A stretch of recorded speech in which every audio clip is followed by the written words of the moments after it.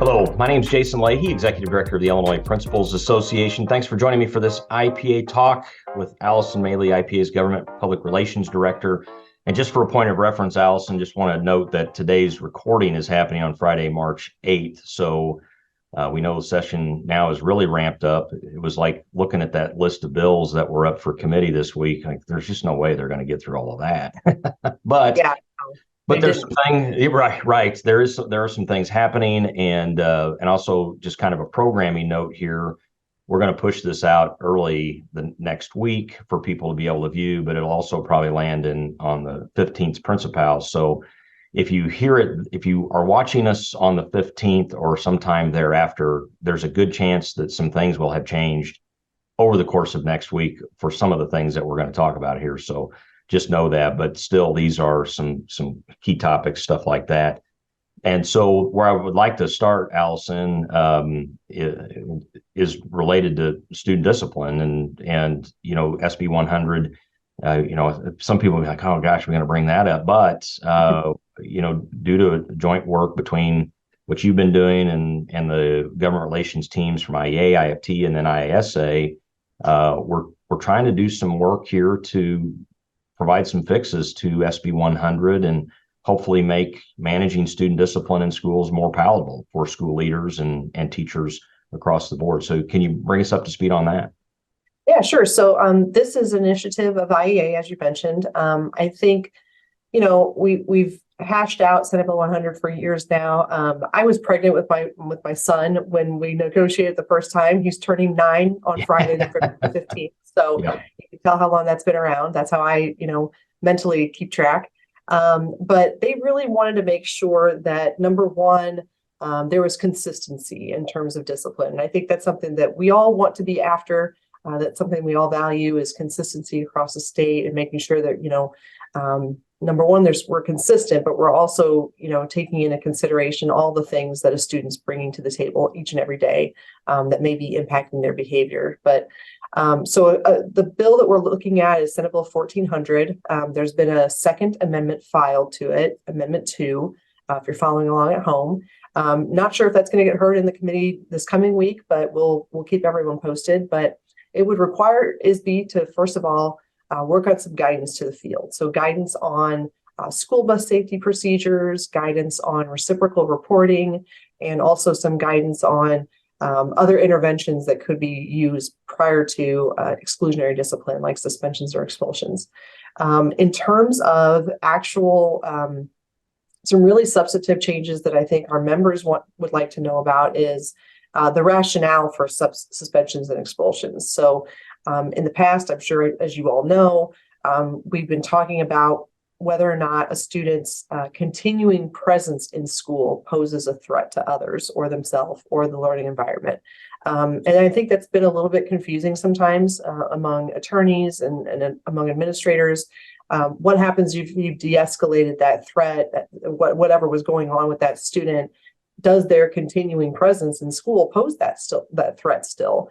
And what to do about it? So we are suggesting some changes to say that their conduct poses a threat to the operation of the school, threat to the health or safety of others, or a disruption to other students' learning opportunities. And those definitions would be the same for both short-term suspensions and long-term suspensions and expulsions. The difference being for longer-term suspensions and expulsions, as it is now, you have to provide or you have to attempt, we're suggesting attempt interventions prior to making that decision. So, whether that means in-school suspension or, PBIS or MTSS or you name it in terms of other interventions that are appropriate for that student, that you've exhausted. Right now it says you've exhausted. We're suggesting that you make sure that you have attempted all of those things prior to issuing a longer term suspension or expulsion. So those are probably the major changes that we're looking at. We've met with other management groups and all the other unions have been involved in these conversations. IFT, CTU, and of course IEA brought this to the table. So we're encouraged about some progress here. Senator Leader Lightford is carrying the bill, and she carried Senate Bill 100 as well, and so she knows the full history of everything that's gone on in between. So I'm hopeful that we can get somewhere this year. Well, and I'm encouraged, through what you have shared with me through these negotiations and conversations, that Leader Lightford has been as open to these conversations and understanding that now that we're about a decade in, that maybe we need to take a look at this and make some adjustments based off of what's been occurring in schools over time. So that's definitely been encouraging. Sure, appreciate her work with that. The other part is just be remiss not to give a hat tip to IEA here, putting together the report, surveying their membership to give a realistic picture of what's happening related to student discipline in schools, concerns that teachers have had, with regards to some being physically hurt, and also just trying to adequately manage their classrooms. And just I appreciate them really being very forthright in what teachers had to share. I mean, they didn't hold back in any way. It was very much straight across the board, and expressing the challenges for all educators in buildings, not just the teachers, but the challenges that school leaders had. So that was extremely helpful. And then the fact that we've got the primary four organizations working together on this that are dealing with these issues between the two unions, us and the superintendents. So hopefully we're able to get some things done here sooner than later. I would say, from my perspective as a former high school principal, what I appreciate about this legislation is that it elevates the importance for school leaders and teachers to be maintaining the overall learning environment, and that you can look at that kind of differently than just protecting physical safety. I mean, obviously we want that, but we've got to make sure that the behavior of students doesn't harm the learning environment and the ability for kids to learn, which behavior could be such that it's creating problems for that may not impact physical safety related issues. So, I feel like there's an elevated sense of authority that teachers and school leaders will have with the passage of this legislation that maybe they might have lost a little bit with SB 100. And so us looking to correct for that, I think is going to be extremely helpful for us moving forward. So we might see this in committee, this next week, maybe not. We'll see how the schedule lays out. But Leader Lightford, with her influence, and encouraged her, seeing this as being important, and likely we'll see this move forward at some point in time this spring, which is good. So let's move on, Allison. What are some other things? I know there's a lot of things we can talk about. Yeah, but in the moment right now, tons of bills. Right. And like you said, I mean, the committee schedules for this past week were very lengthy, especially in the House. There's probably 25 to 30 bills in each of the two education committees in the House. Fortunately for us, only a few of them got heard in each committee. But that just means that the deadlines are looming and that there's more work to be done before that. So speaking of deadlines, so the Senate has a deadline of this coming Friday, March 15th, to get the Senate bills out of Senate committees. And again, if you're a leader, there's some grace there, there's some leeway there. But for the most part, senators need to get their bills out of committee by next Friday, so they can be heard on the Senate floor and then make their way over to the House for the consideration in the other chamber. The House deadline isn't until April 5th, so there's a little bit more room on their side. So we still have some time, and there's still bills being assigned to different committees. We're just taking things kind of day by day, and as things get assigned, reaching out to members, sharing our concerns if we have any, or sharing some thoughts. But there have been a few bills that I know, I think you talked about this week with the plugging in group. So hopefully everyone was available for that. I was in a committee, of course, so yes, couldn't make it for that.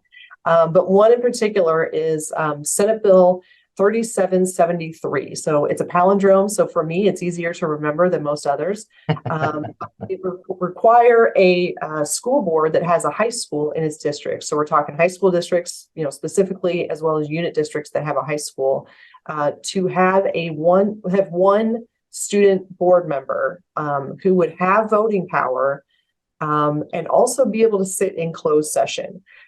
So as you can imagine, we are concerned about that provision in particular, and we have met with the sponsor. It's sponsor Adrienne Johnson, who is the chair of the Education Committee in the Senate. She's in the Vernon Hills area.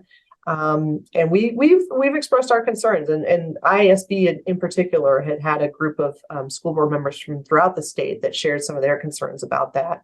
Obviously we're concerned about a student being or sitting in on closed session when you're talking about student discipline issues, when you're talking about whether or not there's going to be a suspension or an expulsion, and other issues that may arise that need to be handled in closed session. As well as employment issues and other kinds of, allegations and things that are handled with the privacy that those things require.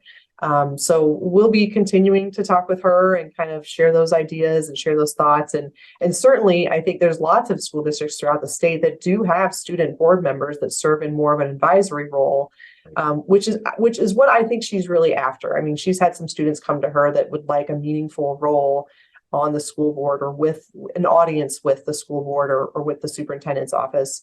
And I think there's still ways to do that without having this type of a structure. So that's what we're continuing to talk with her about and share our thoughts and issues and concerns with. Another one that got heard just as a subject matter this week, and I don't have the bill number in front of me, but Senator Julie Morrison has a bill to require seatbelts on school buses. For any buses. We've got it. That one in the past, right? Yeah. Yeah. So, and really, it was a subject matter hearing, so there was no vote taken, but our colleagues at IASA spoke to just the concerns about the cost, really. I mean, there's really no debate over safety. I think there are some conflicting things we've heard in the past about, is it easier for kids to get off the bus in a really, critical situation if they are belted in or not, or, any of those issues. But I think really the thing that we're focused on is the cost. We could be talking about upwards of $18 million statewide for retrofitting buses that are on the road and for purchasing buses after the effective date of that bill going forward that would be fitted with seatbelts as well. So they're, obviously just a tad bit more expensive because you've got more equipment on board. So, again, we'll see what happens with that bill. My colleague Madeline McCune with IASA spoke to it in committee in the subject matter hearing. So if anyone has thoughts or figures even on, what your fleet looks like and when you're thinking about purchasing new buses, we'll be happy to take that information and help kind of synthesize that for some of the members of that committee in the Senate Transportation Committee. When you texted me about it earlier this week, it's Senate Bill 2696. There you go. Yep. All right, that one's a little bit easier to remember too. It is. I like even numbers, ending in zeros. Those are much easier to remember. And the other one, whose number I'm going to forget also, I got it. HB, it's House Bill 5617. There we go. 5617 is an initiative from Representative West, who is in the Rockford area. He has had lots of bills. He's got he is working very closely with Native American constituencies. He was the sponsor of the legislation to allow students to decorate their graduation regalia with native, feathers or other kinds of insignias that represent their cultural background. So he has been working, and he's had a bill in the past to require districts to not use Native American logos or insignias or depictions of Native Americans as their mascots or representation of their school district. So the bill he filed this year would completely prohibit using those Native symbols. Not to get too far in the weeds, but the language does say Native names, and so I think that's difficult for a lot of communities throughout the state whose the city name is a Native American background. So we're, Muscuda, Waukegan, Chicago, even. So we're working with him on trying to make sure that that's not necessarily part of what he's after. But I think he's really, and his constituents too, are really after those really explicitly derogatory depictions of Native Americans. But we did talk about other types of depictions, like even, I'm from the Metro East area and the southwestern Paisa birds. Like the Paisa bird is a Native American, lore, if you will. And so does that count as far as something that could be, wrapped up in this bill? So we are continuing to speak with him. He's very, very open to hearing from schools and finding out what we can do to make sure that this is not too burdensome in terms of having to switch over, logos and uniforms and football field, turf and the whole bit. So we have a meeting scheduled with him and his constituents again this coming week as well. So stay tuned on that. I know it's always a hot topic when you comes down to mascots and logos and whatnot. So we're certainly keeping a close eye on that one. So moving on here, and thanks for all of those things that are happening currently in the moment, Allison. A few weeks ago, you posted a question regarding the possibility of what would be the impact if we were to have mandated prep time. And it had some very, very stringent stipulations attached to that in terms of, the continuous number of minutes, how the prep time could or could not be used, a variety of things. Just curious about what the status of that is right now, if anything. Yeah, not much, which is nice. And especially thanks to the membership for responding to that survey. I think easily over 100 responses about what that looks like and what that would mean for your districts and planning wise for the school day. So there is a Senate bill. Senator Lofgren Capel filed that bill, and in the House, it's Representative Katie Stewart from the Edwardsville area. So I know some of my colleagues have already spoken with her about it, and she has an education background, and both of them do really. So I think they do understand and appreciate the constraints that you're under in terms of what you can do within the school day and making sure that kids are supervised at all times. Right. But I think, obviously there's a push and there's a desire to make sure that teachers have some uninterrupted time to plan. And I think everyone would like that. And I think a lot of districts do that. It just isn't structured the exact way that it would be in that bill. Perhaps, there's some planning time with teams. Perhaps there's some other meetings that are scheduled that are also just as important as individual planning time that the districts have had to work around. And ultimately, we want this to continue to be a collective bargaining issue that way that considers what is available in that particular district at any point in time. So that way it's more of a localized response to the availability of resources and people really at the end of the day. So far nothing has moved on that front or those bills. But yeah, we'll stay tuned on those too. Okay. Appreciate that. Appreciate the updates. So let's talk about briefly where people can go, if they're looking to stay up to speed on, legislation and where to take a look at where they might even be able to engage in the legislative process. Sure. So we have a few different things on our website. I don't know if we want to pull that up or we can just kind of talk about it. Let's see. Be happy to do that. In fact, I've got it right here if you're okay. Okay, and then great. Just point me where you want me to go and we'll do that. So here we go. So let's start out with advocate up on the top row there. Mm-hmm. And the first thing we'll do is we'll go to the bill tracker. So this is where this is really where I'm keeping. There you go, Senate Bill 1400 right on top. Yep, right. So that committee amendment was referred to assignments. We have to wait for it to be assigned to the committee, the education committee, before it can be considered there. But this is what's going on. So these are all the bills that I'm tracking. Just for whatever reason, it's anything amending the school code I keep track of. Adult changing station seems like a weird one to have in that list, but it would require an adult changing station for any new construction for public buildings, and that includes schools. So it may not be something that IPA necessarily needs to keep a hold of, but I think it's just important that we know what's happening with any kind of legislation affecting schools and buildings and things like that. So yeah, these are all of the bills that I'm keeping track of. If you want to scroll back up to the top, Jason, sure. You can click on that hearings tab. Yeah. You can see what's coming up for next week. And fortunately, before the middle of the day on Friday, we figured out what's going on next week. So this is nice. So you can see all the bills that I'm tracking that are anticipated to be heard in committee. They don't always get heard that week. It's up to the sponsor and sometimes up to the committee chair what gets heard in committee. But that is what is scheduled for the upcoming week. Awful long list here. It's a long list. I know it's a bit overwhelming for us as well. Mm-hmm. But if you'd like to kind of, a little bit more involved, if you go back up to advocate and go to our action center in the top left there. So this is our action center, and certainly I think many of you are familiar with this page or have been sent action alerts from this page directly.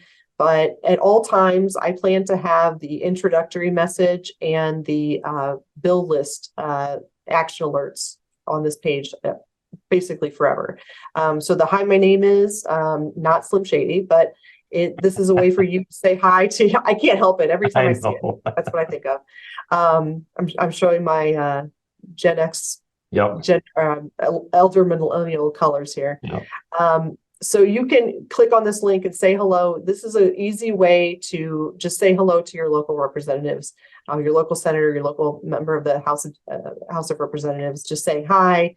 I'm a school leader in your district. If there's anything that you need from me, or if I can be of service to you in terms of education policies that are coming across your desk, please let me know, and please come by our school. So it's really just kind of a generic message, no policy, information in there whatsoever, but just sort of an introductory message. The other one is the get in the know. So I know we have several people that would like to see that bill list on a weekly basis, and that's perfectly fine because you don't have time to go back and check out the bill tracker. I can send out a list of those bills that we're anticipating for the coming week directly to your email. So if you're interested in receiving that, usually on Friday afternoons, just all you have to do is put in your contact information there, and we'll get that out to you. You can see this abbreviated a bit because I've already put my information in, so it sees who I am. But yes, we got that for sure, which is great. If your cookies are tracking you, we already know that is true. Yeah, it sure does that. And the other two are really a little bit more timely. So the one at the very top that we've got is the featured one is our action alert on the principal recruitment and mentoring line items. Mm-hmm. So I know many of you have seen our messages already going out. We're in the process of the budget making. So the agencies have come out with their recommendations. The governor has obviously come out with his recommendations for the budget. And now it's up to the General Assembly to kind of work out all the details. They're the ones that, pass the final budget. And of course, the governor signs or can line item veto. But for the most part, the last few years, we really haven't seen a whole lot of line item vetoes at all. They've kind of deferred to the General Assembly for what that looks like. So obviously, we are advocating for continued funding of principal mentoring and recruitment. With principal mentoring, that money had been funded through ESSER dollars. And so the state kind of needs to pick that up now that those are sort of expiring. So we are advocating for the state to do just that and help continue to support our first year principals out in the field.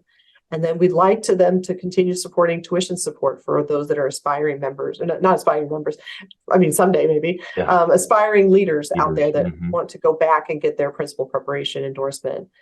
So that helps them kind of, meet the gaps in between trying to reach those tuition dollars. So please, especially if you've been a mentor before, or you are now, or if you've been mentored, if you've been a participant in any of those programs, please feel free to click those and share your stories within that message. So the message is, again, already drafted, but you're welcome to change that and add your own 2 cents on your experiences or your, your passion for those programs if you've been a part of them in the past. Yeah, appreciate that, and definitely appreciate people that have been engaged with that up to this point, because we're definitely going to need some help here, and hopefully can get this done. I think generally we've had a positive reaction from members about trying to get the mentoring dollars into the budget, but there's a lot of negotiating that has to take place because there's a lot of people that have needs and want to see their items get put into the budget too. So we'll see, how principal mentoring prioritizes out compared to other items with that. But another busy session, Allison. Appreciate the update and keeping us a bit informed here, and probably do this again as we get moved along in the spring and get closer to the end, particularly as the budget is starting to take shape. We'll see. Once we get through some deadlines, we tend to get a feel for what we're really going to have to be focused in on, right? That's right. Yeah. As those bills start to move across to the opposite chamber, that's when you really know what's really out there. So yeah, you bet. Looking forward to that. You bet. Well, thanks again. Again, my name is Jason Leahy, Executive Director at IPA, along with Allison Maley, our Government Relations Director here, Government and Public Relations Director here. If there's anything IPA can do for you, don't hesitate to give us a call or check us out on the web at ilprinciples.org. Take care.